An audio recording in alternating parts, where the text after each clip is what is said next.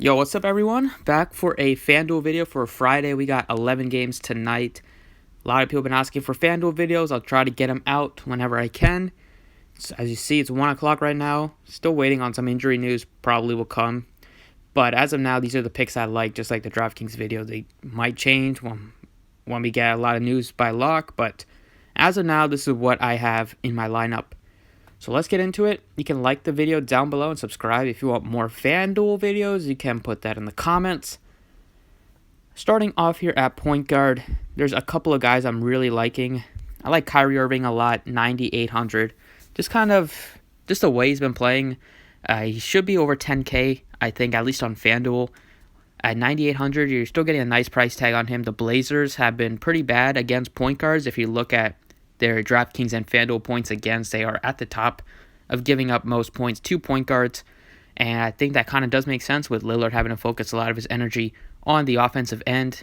Irving, I think, will have another good game. I see him getting in the 50s and 60s in this one. 98, I think, is a really good play on FanDuel. Other guys I like are still like Brogdon at 88. I like Lowry. I love Fox at 82.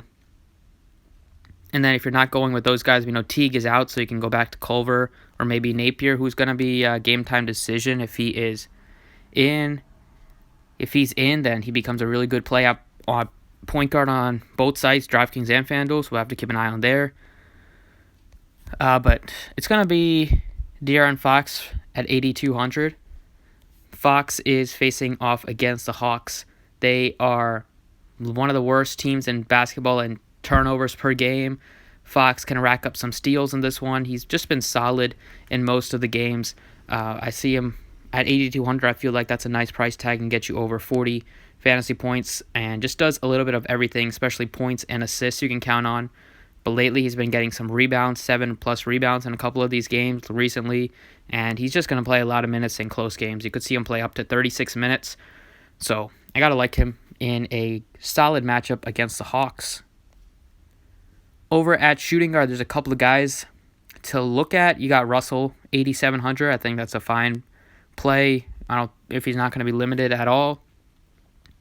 We got like Van Fleet at 68. I think that's a decent play, but I really like McCollum, 6,400. You can basically lock him in for like mid-20s. Once in a while, he'll get you under 20 fantasy points, but usually he's going to get you a floor of around 20, 22 to 25, and the upside is up there in the 40s and 50s. So at 6,400, I feel like that's a really good play. And the matchup is great against Brooklyn. We know they give up a ton of points. The Blazers have a high total. They're probably going to score 15 to 20 more points than they usually do, and I think McCollum can capitalize on that and put up like 20+ real-life points in this one. I like Richardson at 5,900 just because he's going to get more usage, more ball handling responsibilities without Ben Simmons.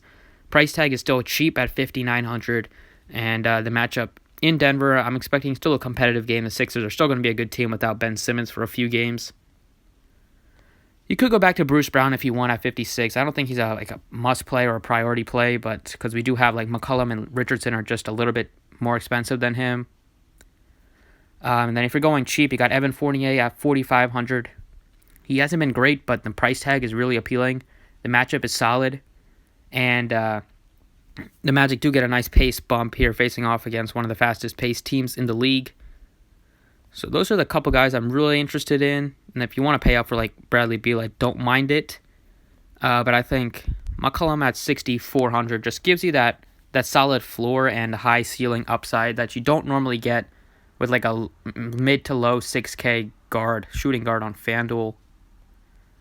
At small forward, I feel like that's going to be a position where I spend down just because there are a lot of value plays. Just looking at under 5K, you got Morris, 4,700. You could go back to Rodney Hood if you want, 4,500.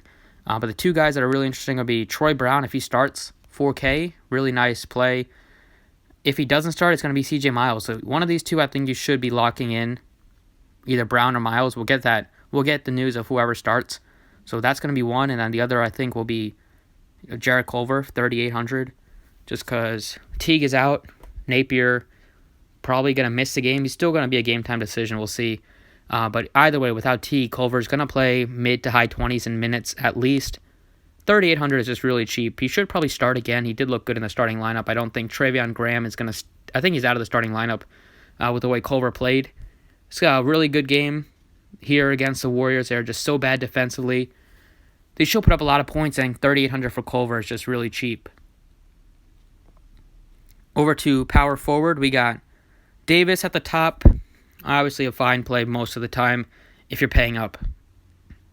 I'm interested in a couple of cheaper options like 7K for Julius Randle. I think it's really interesting, especially because Mitchell Robinson is out for this one.